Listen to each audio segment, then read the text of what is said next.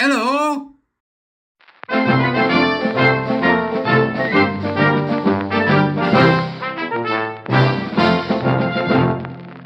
Right, so you're all familiar with the wibblings of Benjamin Buttergasp. He's on GBNews occasionally. A really, really silly gay man.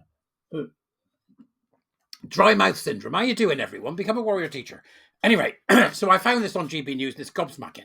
So first we've got a very nice lady explaining what the reality of the situation is, and then we've got Buttergasp comes in, along with a totally lunatic woman. But you let me know what you think in the comments, right? So let's give this a shot and see how we get on with the latest GB News, including Benjamin Buttergasp. A month ago, the CAS report was released, and it said that children and young people presenting to the NHS with gender distress were being let down by the NHS because the evidence base was remarkably weak that was being used to treat them. The result of this was the UK government banned puberty blockers for children that's under 18 in the NHS. I stood up as a doctor and a mother and applauded that. However, there was a massive fly in the ointment, and that was that private clinics could still prescribe puberty blockers for children, and one rather large clinic being run by a UK GP operating in Spain was sending out prescriptions to children as young as 13 by the post. There were plenty of other private clinics who were prepared to jump on this exponential rise in young children being convinced that they could have been born in the wrong body. The government actually acted last week just before Parliament was dissolved and launched emergency legislation which comes into practice on Monday, which prohibits private GPs and clinics, wherever they're based, even in the EU, from prescribing for children, and this will be in place for at least 3 months. So I think we should stand up and applaud that safeguarding is back in the room for our children, even if it is only for 3 months and the next government may overturn it. Benjamin? I think safeguarding is the wrong word to use because it's not bringing in more checks for the individual children concerned, which would be the right thing to do. And there has been a problem that some kids were being diagnosed with these things when actually it wasn't the correct diagnosis. Tell me you don't know anything about safeguarding by telling me you don't know anything about safeguarding. Benjamin has no idea what he's talking about. Absolutely none. It has now been made apparent in the NHS that when it comes to safeguarding, if a child adopts a trans identity, whether that be in schools or wherever, is that it should be alerted to social services, which is exactly what it should be. What Benjamin's saying is that the ban is not a safeguard in itself. He's totally wrong. It's absolutely about safeguarding. We're safeguarding any children from being taken in by the idiocy that is gender identity ideology. But it doesn't stop there. It's not a safeguard in this scenario. Totally it's a stop because it's banning them from being able to access these things, which isn't the same as a safeguard. That's a ban. Totally. So it isn't the same as a safeguard to ban something. Well, it's pretty much certain that when we, ban it, that's pretty much going to safeguard the kids, which is what we want. Labour may well overturn this, So the fact is that you have young people who know they're in the wrong body, who are young people who know they're in the wrong body. Is it me or are we back in 2018? Hey, Benjamin, you fossil. It's been a while, you bespectacled clown. Benjamin, nobody's in the wrong body. Incredible distress. Nobody's in the wrong body. So you're telling me that, I remember someone called April Ashley. She's now... Oh, for the love of God. Not April Ashley. I mean, he was a piece of work. I've got to sneeze. There you go, bless me. Right, he was a bloody piece of work. April Ashley, you want to know about him? Go and read Tish's details, or just do a search and you'll find exactly what April Ashley was about. Died. She was one of the first people in this country to have gender reassignment surgery in the 50s. Right, it wasn't called gender reassignment surgery in the 50s. It was called sex change operations, and it came from the machinations of John Money and his like. It all came from the same route. The operation still stands today as what it is, which is an operation with a 100% failure rate. Honest to God. She was a Vogue model as a woman. Oh, right. So the fact that a bloke put on a dress and got to model for Vogue makes him a woman, does it, Benjamin? Yeah, I'm sure it does. And you can hold your mouth open all you like. Fool. She made history because she married an aristocrat, and she was the basis of what would become our same-sex marriage law. She was the basis of what would become our same-sex marriage laws. No, she wasn't, Benjamin. It wasn't a she for a start. It was a he. Okay? And the reason that the same-sex marriage laws were allowed was why the GRA was passed. So that they didn't have to pass same-sex laws. It's the exact opposite of what you think it is, Benjamin. You've either not done the work or you're being disingenuous. You're a mad leftist, so I'm presuming the latter. She lived as a woman from the 50s until she died about 2 or 3 years ago.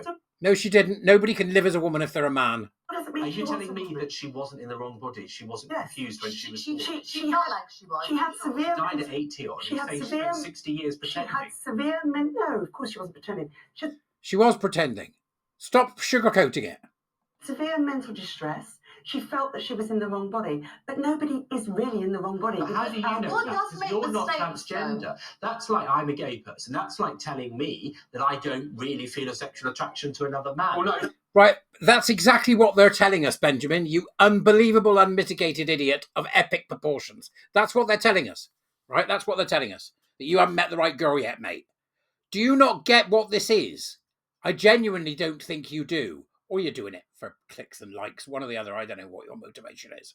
But the simple fact of the matter is that there's absolutely zero coherence between the gay movement and the trans movement. One's about sexuality and is a perfectly normal part of life. The other one's about chopping your body parts off, ripping your breasts off, and mutilating your body in the name of a gender god.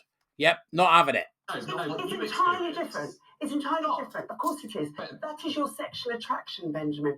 It is not you saying these sexual organs that I have should not be on my body. It's a mistake. Let's cut them off. And so why do you think so many people from so many backgrounds in so many countries for so long have realised that this is a problem they have? Do you think Some would argue it's social contagion, but let me... That's a nasty way to talk about human Can I rights. just make a Brilliant, right? So what Benjamin says is, well, why is it occurring in all these countries, blah, blah, blah, blah, blah? Well, it's occurring in all these countries, Benjamin, because it was a planned thing. It has been planned for a very long time. It's occurring in all these countries exactly for the reason the handsome chap told you, which is it's social contagion. It's that simple. So what we've got from Benjamin is, oh, it's my lived experience, it's my own truth. And now we've just had #BeKind. That's a terrible way to talk about human beings. Really? You really are a leftist offensatron. Human beings are not contagious. Can I just make this point? It's quite interesting. I was watching an American show. It's not the human beings that are contagious, Benjamin. It's the ideology, like Nazism or Maoism or Stalinism or any of the isms that were the horrors of the 20th century. That's what's contagious. Now, you've got some woman coming up now. Get your head around this. About a trans... Well, basically, he was born a man, and then he felt he was trapped in the wrong body, and he was a female. But the reason he thought that was because when he was in his mother's belly, there were twins, and the other twin was a girl, and that girl died. So the doctor said in very rare cases, he can feel that he is a girl. Right, so what she's saying is that the essence of the female that was in the fetus that was female was absorbed by the surviving male fetus, and he came out as a woman. It's just the same story, isn't it? Well, what happened was the gender soul left the body of the dead fetus, then to the body of the live fetus. Who are these people? Because the other fetus passed away. Benjamin, by definition, gender dysphoria is a mental illness. It's not a sexual attraction. Language that was used to describe homosexuality. But it is a mental... Right, okay. Homosexuals didn't want to cut up their bodies, Benjamin. Homosexuals didn't want access to children. Homosexuals didn't go around pretending that they were lesbians when they were male. Since when did that happen? Since when did we do that? Give me one example. One example of a homosexual when we were out fighting for our rights that asked for something as ridiculous as to be called something they're not, and the rest of the world has to play along. Benjamin, you are out of touch, my lovely. Gender dysphoria is a mental illness. Do you not agree that gender dysphoria is a mental illness? Surely. Well, I mean, it's a medically linguistics of how you describe the experience that those people have. So now the fact that mental illness is linguistics. Do you see this? This is pure Foucault. Pure Foucault. This is what they're saying, that there's no such thing as being mentally ill. That's what he's saying. He's saying that we should accept everybody regardless. There's no such thing as normal. So people can be as nuts as they want. He's a libertarian, leftist, woke nutter. But to deny that they have the experience is nonsense. But I think the problem is, Benjamin, that once you're over 18, whatever you want to do with your outward appearance and how you live is entirely up to you. No, it's not, right? Okay, we keep doing this all the time. We are not making a special class of people who will need medical care for the rest of their life on the public purse. If they want to do it themselves, they can do it. Any cosmetic surgery you want. But they should, by law, have to have an insurance policy that ensures their health is covered till the day they die, so that the public purse is not paying for it. That should put the insurance companies off, and that would pretty much end it, in my book. But children cannot cannot realise what might happen to them later in life when they're sterilised by drugs that they take. We as adults must safeguard them from making that decision. Okay, James, 10 seconds. Sorry, you when young people think that they have, or when young people suffer from things like bulimia and anorexia, we don't say, yeah, you fat pig, that's it, go starve yourself. We don't. And thank goodness we end up with some common sense. We should treat this exactly the same as bulimia and anorexia for what it is. It's a mental illness. That's how we should treat it. And it's like the same thing as when you have your bits cut off, your body parts cut off and all that sort of nonsense. And what do they call that? Onomatopoeia. That's not it. I know. Anyway, that's my rant over. I've got to see me Warrior Teachers in 20 minutes and I'm angry. When I saw it, it made me furious. It's like we've gone back to 2019. GB News, up your damn game. Okay, folks, I'll see you all later. Keep jesting and become a Warrior Teacher. Bye-bye.